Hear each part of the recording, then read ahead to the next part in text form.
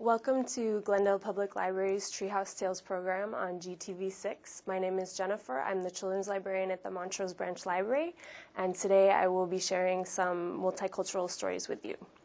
The first story I'm going to read is called Just a Minute. It's a trickster tale and counting book by Yuyi Morales. Do you know how to count in Spanish? Does anyone know how to count in Spanish? How do you say the number 1? Uno, let's practice. 1, 2, 3, 4, 5, 6, 7, 8, 9, 10. Okay, very good. So I'm going to have you help me read the story. When Grandma Beetle woke at dawn, she heard a knock at the door. And oh my, waiting outside, she found Señor Calavera. Señor Calavera tipped his hat. What a skinny gentleman. With a pass of the hand, he signaled to Grandma Beetle. It was time for her to come along with him. Just a minute, Señor Calavera. Grandma Beetle said, I will go with you right away. I just have one house to sweep. Señor Calavera remembered he had extra time today, so he decided to wait. Can you guys say uno with me? Uno. One swept house, counted Señor Calavera, and he rose from his seat. Just a minute, Señor Calavera, Grandma Beetle said. I will go with you right away. I just have 2 pots of tea to boil. Señor Calavera sighed. Waiting a little longer wouldn't hurt anybody after all. Can you say 2? Dos. 2 steaming pots of tea, counted Señor Calavera, and he headed for the door. Just a minute, Señor Calavera, Grandma Beetle said. I will go with you right away. I just have 3 pounds of corn to make into tortillas. Señor Calavera rolled his eyes. He had to be very patient sometimes. 3 stacks of tortillas, counted Señor Calavera, and he put on his hat. Just a minute, Señor Calavera, Grandma Beetle said. I will go with you right away. I just have 4 fruits to slice. Señor Calavera frowned. This was taking more time than he had expected. 4. 4 fruits made into salad, counted Señor Calavera, and he motioned that they should go. Just a minute, Señor Calavera, Grandma Beetle said. I will go with you right away. I just have 5 cheeses to melt. Señor Calavera tapped his fingers. This was getting out of hand. 5. 5 melted cheeses, counted Señor Calavera, and he hurried to help Grandma Beetle with her sweater.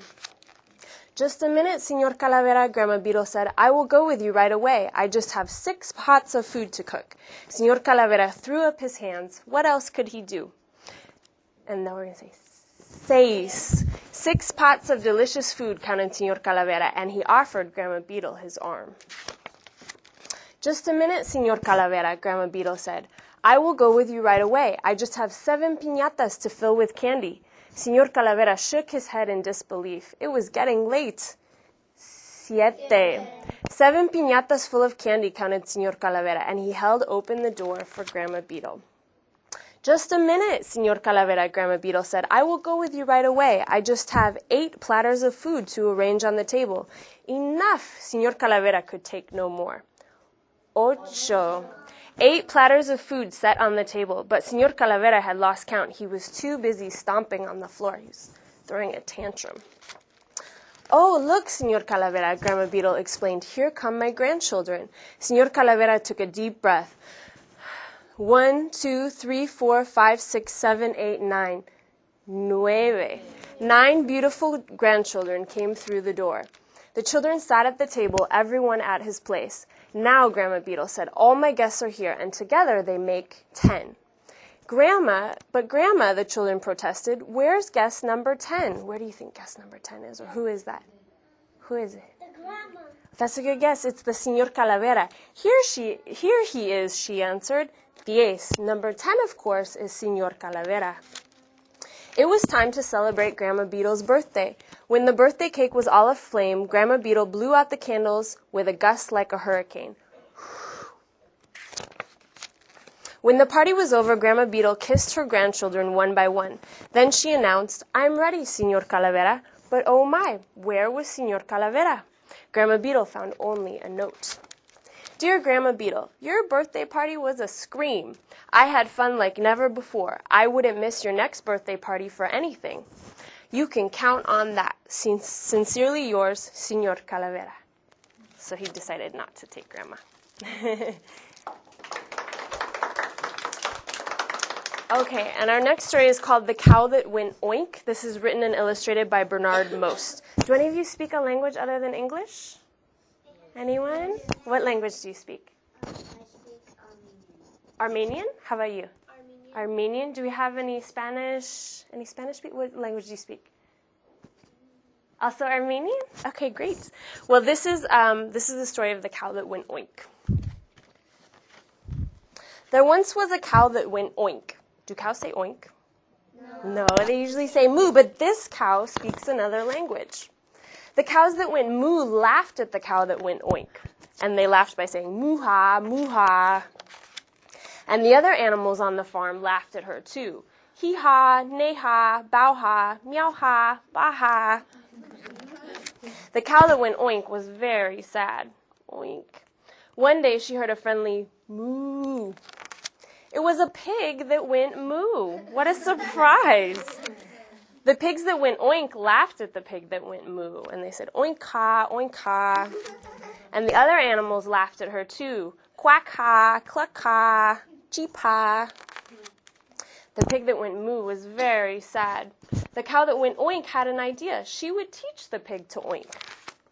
So the cow that went oink made a loud oink, while the pig that went moo listened carefully. Then the pig that went moo tried to go oink. Oi moo? The horse, the donkey, and the sheep thought this was very funny. Ni-ha, ba-ha, hee-ha. But the pig that went moo didn't listen to them. She listened to the cow. Oink, oink, oink, oink, oink. And the pig that went moo tried again. Oi no moo? Oink. And again. Oi nu? Oink. And again. Oinku? Oink. Until she finally went oink. The pig could oink. Now she would teach the cow to moo. The cow that went oink tried to go moo. Moink. Moo. The rooster, the turkey, and the duck laughed and laughed. Gobble-ha, quack-ha, cock-a-doodle-ha. But the cow didn't listen to them. She listened to the pig. Moo, moo, moo, moo, moo, moo. And the cow that went oink the cow that went oink tried again. Moinku, monk, and again, mook, until the cow that went oink finally went moo. Moo. The cow and the pig were very happy. Each of them could moo and oink. Moo, oink, oink, moo. And they were the only animals on the farm that could do both, so they had the last laugh. Moo-ha, oink-ha, oink-ha, moo-ha. So they were the only animals that were bilingual. Okay, our next story is more of a serious story. This is called Grandfather's Journey. This is written and illustrated by Alan Say. Were any of you born in another country, or were your parents born in another country? My mom was born. Your mom was born? Okay. And where were your parents born? I was born here. My parents were born in Armenia. Okay. And anyone else? Also Armenia? Okay. So this is the story. Yeah, maybe you have some relatives that live in another country or just in another place. This is the story of someone who's an immigrant. So he came to the U.S. from another country.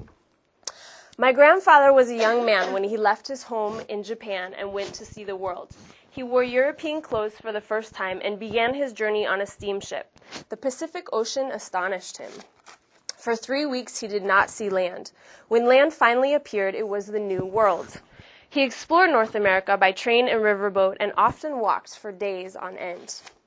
Deserts with rocks like enormous sculptures amazed him. The endless farm fields reminded him of the ocean he had crossed. Huge cities of factories and tall buildings bewildered and yet excited him. He marveled at the towering mountains and rivers as clear as the sky.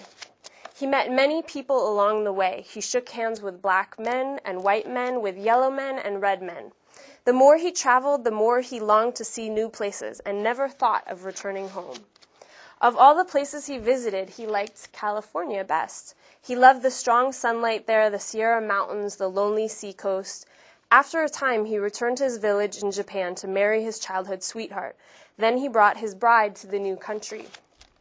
They made their home by the San Francisco Bay and had a baby girl. And as his daughter grew, my grandfather began to think about his own childhood. He thought about his old friends. He remembered the mountains and the rivers of his home. He surrounded himself with songbirds but he could not forget.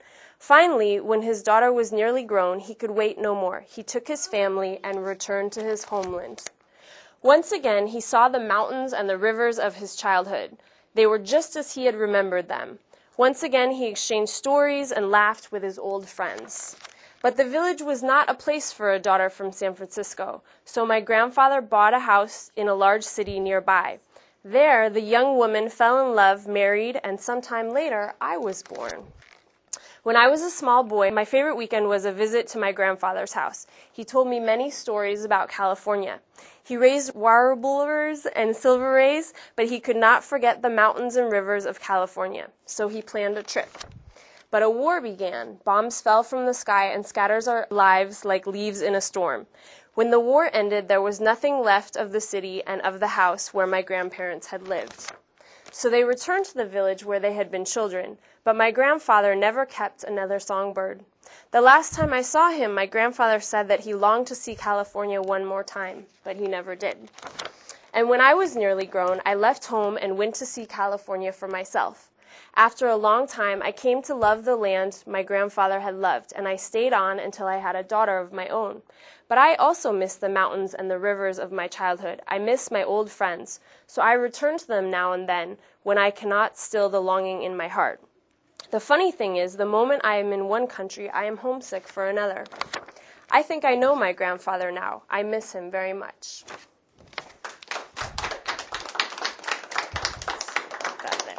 Thank you. Okay, and we're going to do one more story and then a flannel board. This is called The Woman Who Outshone the Sun, and this is a bilingual story, so it's written in English and Spanish. I'm just going to read it in English today. This is from a poem by Alejandro Cruz Martinez, and the pictures are by Fernando Oliveira. The day Lucia Centeno arrived, everyone in the village was astonished. No one knew where she came from. Yet they all saw that she was amazingly beautiful and that she brought thousands of dancing butterflies and brightly colored flowers on her skirts. She walked softly, yet with quiet dignity, her long, unbraided hair flowing behind her. A loyal iguana walked at her side. No one knew who she was, but they did know that nothing shone as brightly as Lucia Centeno.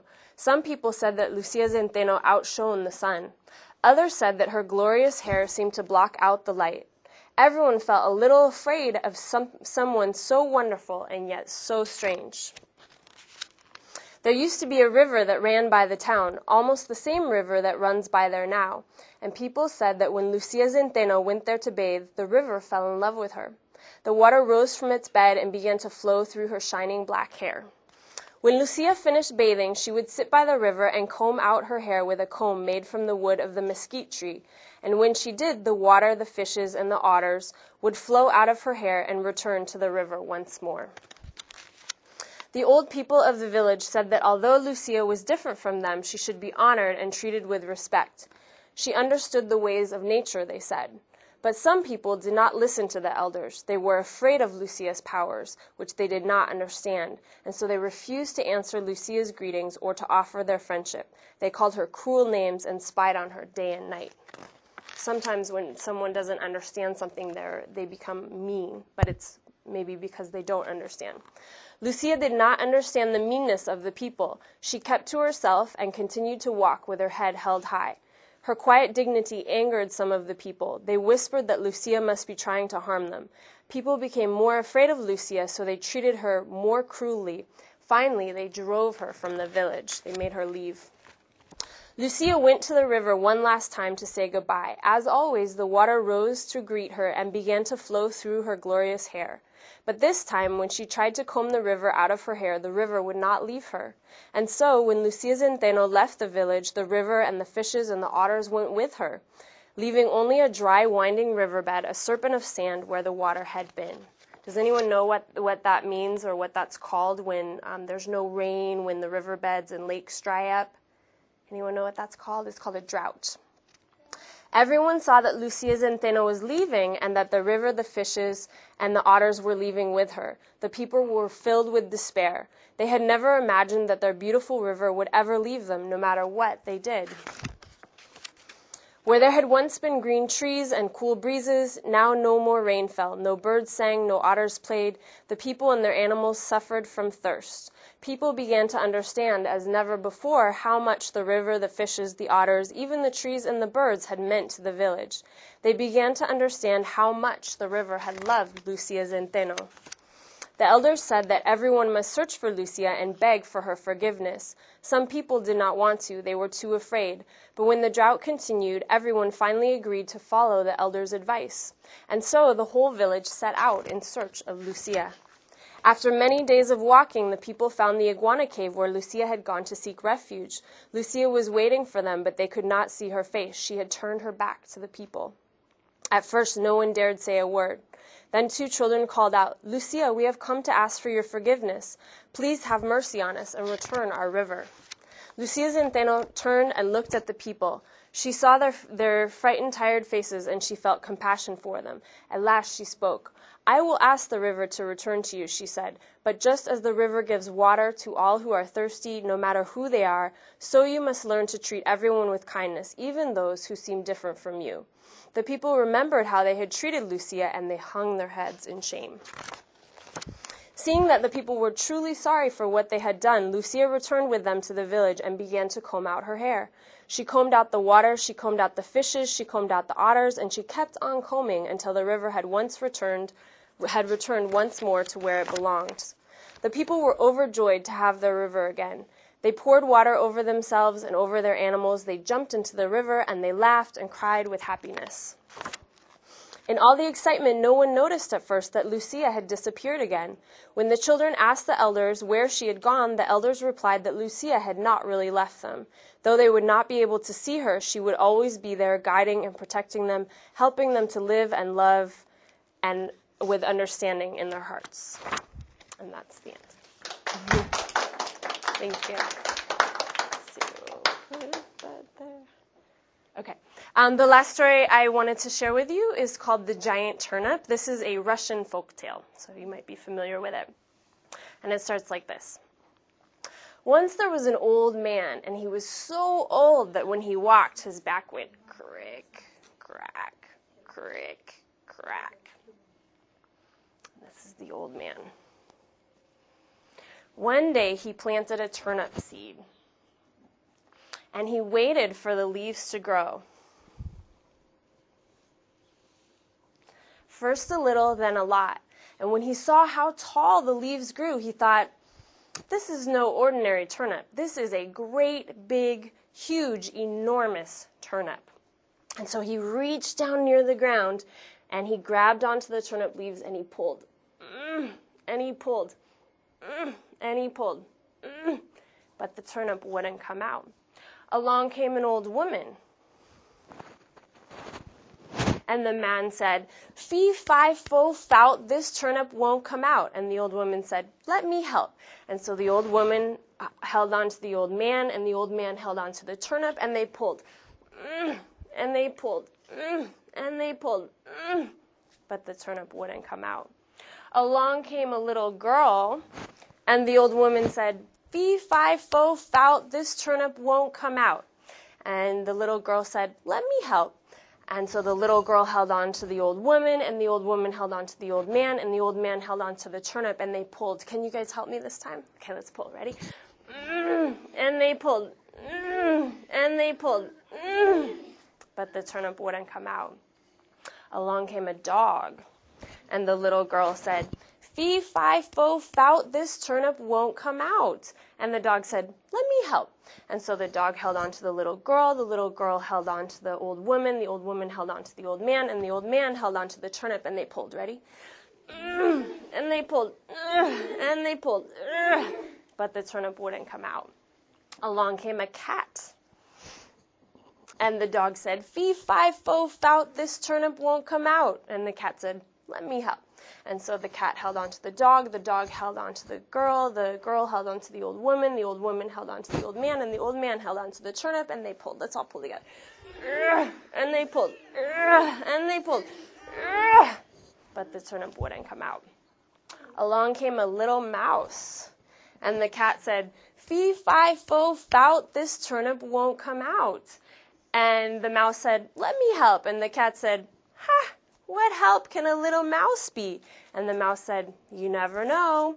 And so the little mouse held on to the cat held on to the dog held on to the little girl held on to the old woman held on to the old man, and the old man held on to the turnip, and together they all pulled. Let's pull really hard.